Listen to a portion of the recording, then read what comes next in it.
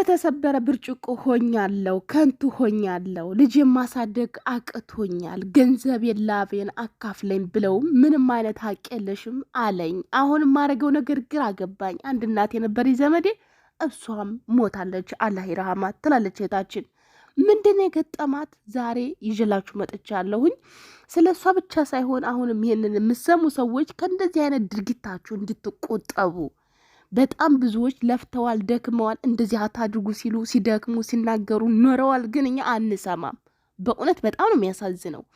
ይቼታችን በአሁን ሰዓት ይኸውላችሁ ገንዘቡ አይደለም የተበላው፣ በሽተኛ ነን ያለችው አረብ ሀገር ሄዳ እንኳ መስራት አቅቷት ነው የተመለሰችው ማለት ነው። እግሯ ደም ስሯ የጠቋቆረ ነው፣ መቆም አልቻለችም። ብዙ ነገር ኦፕሬሽንም ራሱ ተደርጋለች። እና በዚህ ሰዓት ሁሉም ነገር ጨልሞብኛል፣ እንደ ብርጭቆ ሆኛለሁኝ።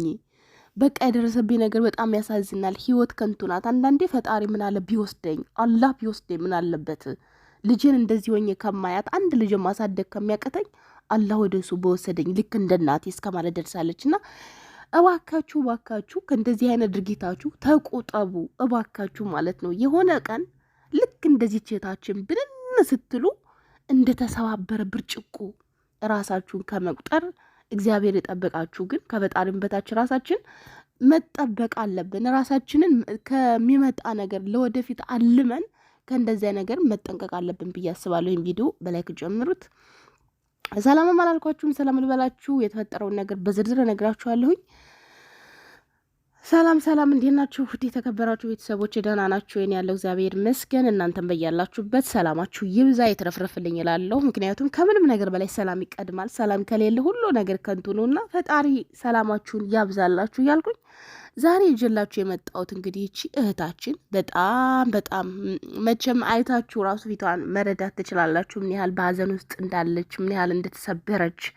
ጋዜጠኛዋ ራሱ እንባዋን መቆጣጠር ነው ያቃታት ስታወራላት። በቃ በመሀል እውነቴን ነው የምላችሁ በቃ ማዳመጥ እስከሚያቀታት ድረስ ነው የደረሰችው። እና በጣም ነው የምታሳዝነው። የብዙ እህቶቻችን ታሪክ ነው። ባለፈው እንግዲህ ወሽመጤን ታስታውሳላችሁ ብዬ አስባለሁ። የወሽመጤ ሚስት ያደረገችው ድርጊት ብዙዎቻችንን አስደስቶን ነበር። የሴቶች ጉዳይ ተደስቶ የወሽመጤ ሚስት እንሸልማለን ያላለ ሰው አልነበረም። ኮመንቱ የተጠለቀለቀው ይችን ሴት አፋልጉኝ ይሸልማለሁ ያላለ ሰው አልነበረም። ድርጊቷ በጣም የሚገርም ነበር። የሴቶች ጉዳይን አስደስቷል። ኮርተንባት ነበረ። የወሽመጤን ሚስት ማለት ነው። የወሽመጤ ሚስት ምን አይነት እርምጃ ነው የወሰደችው? ብዙዎቹ ሴቶችስ እንደዚሁም ሀቢባ በወቅቱም የሸለመቻት ለምንድን ነው? ይሄን ሁሉ ነገር የምነግራችሁ ይሆናል። ይሄን ስነግራችሁ ታዲያ ለምንድን ነው? ሁላችሁም ልብ ብላችሁ ልብ እንድትገዙ ነው ማለት ነው። በእውነት አንድ ሰው እንኳን ሰምቶ ልብ ቢገዛ ለእኔ ትልቅ ነገር ነው። ፍቅር በኦንላይን ኒካ የምታስሩ በኦንላይን ፍቅር ይዛችሁ ብራችሁን የምትበትኑ ሰዎች፣ ይቺ ልጅ በስነ ስርዓት ያገባች ሴት ናት። ለማንኛውም እስቲ ቆይ የእሷን ታሪክ ላስቀድምላችሁና ልንገራችሁ አጠር አድርጌ ማለት ነው። ይቼታችን እንግዲህ በአረብ ሀገር እያለች ከአንድ ጎረምሳ ጋር ትተዋወቃለች። የሀገር ግብታ ምናምን እንደ ማንኛውም ሰው ታገባዋለች ማለት ነው። ከዚያ ተመልሳ አረብ ሀገር ትሄዳለች። ብር እየሰራች ለሱ ነው የምትልክለት ጠቅላላ። አገሯ ተመልሳ ገብታ ትዳር መስርተው መኖር ጀመሩ። እሷን ከክፍለ ሀገር ብዙ ነገሮችን ታመጣለች። ቆጮ፣ እንደገና ጀበና፣ የተለያዩ ነገሮችን ገንዘብ ያስገኛል ያልኩትን በሙሉ ስራ እሰራ ነበረ። ያን ሁሉ እያመጣች ሱቅ ከፍተዋል። እዚያ ሱቁ ጋር ነው እሷ የሚያስረክበው ማለት ነው። አንድ ቆጮ በ130 ብር ነው ያለችው። እንደዛ እያመጣች ከክፍለ ሀገር ለሱ ትሰጠዋለች። እሱ ነው የሚሸጠው ማለት ነው። እንደዚህ እያደረገች እንግዲህ ያላትን ብር እየተሟጠጠ ሄደ።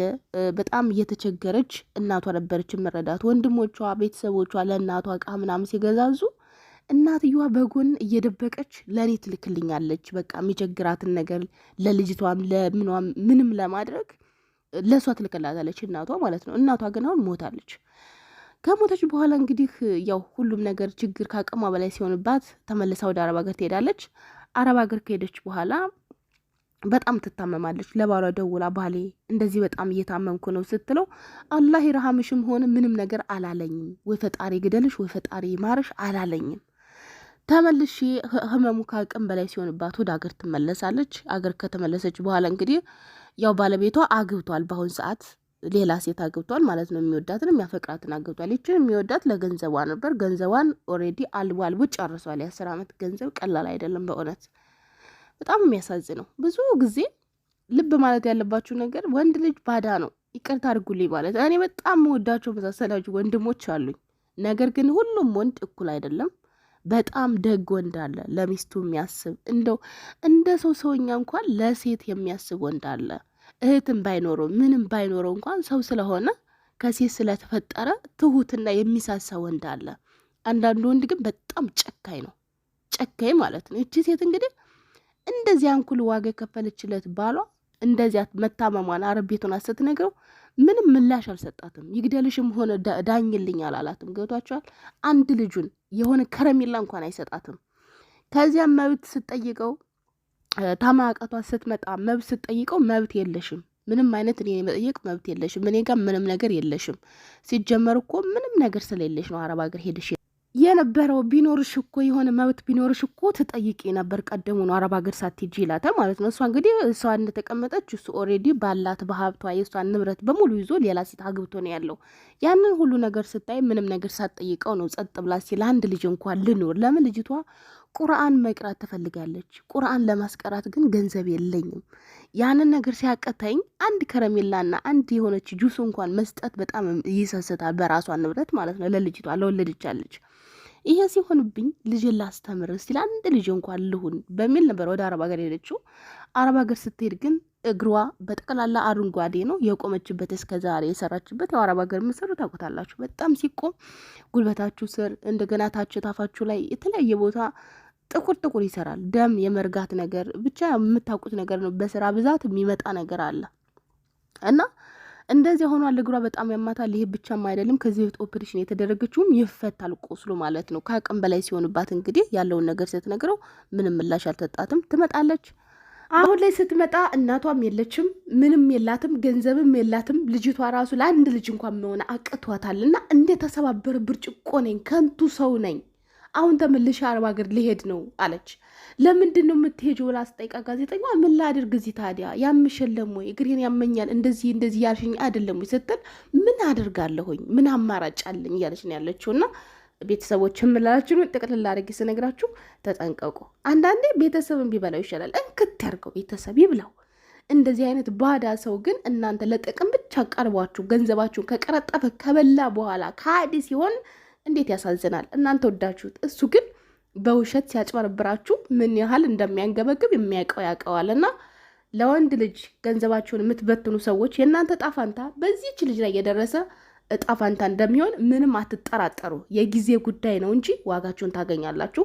ብልህ ሰው ግን የሚያደርገውን ነገር ያውቃል ማለት ነው። አንዲት ጓደኛ ያደረገችውን ነገራችሁ። የ9 ዓመት ፍቅረኛዋ ብር ሲጠይቃት ነው የመጨረሻ የተለያዩት ማለት ነው እዚህ መስመር ላይ። ምክንያቱም ፍቅርና ገንዘብ አንድ አይደለም፣ ምንም አያገናኛችሁም። ሰማይና ምድር ያክል ልዩነት አላቸው። ገንዘባችሁን፣ ንብረታችሁን፣ የልፋታችሁን ዋጋ መጠበቅ ያለመጠበቅ የራሳችሁ ድርሻ ነው። ምን እያደረጋችሁ ነው ያላችሁት? በግ እየቀለባችሁ ነው ወይስ ተኩላ እየቀለባችሁ ነው? ተኩላ እየቀለባችሁ ከሆነ አንድ ቀን እናንተን ይበላችኋል።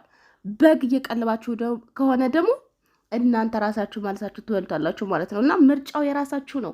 ማንኛው የእናንተ ምርጫ? ሁሉ ነገር ህይወት በራሳችን ምርጫ ነው የምንኖራትና ለራሳችሁ ወቁበት። በጣም ብዙ ሰዎች ተናግረዋል፣ ለፍልፈዋል፣ ደክመዋል። የሰማ ሰው ግን የለም።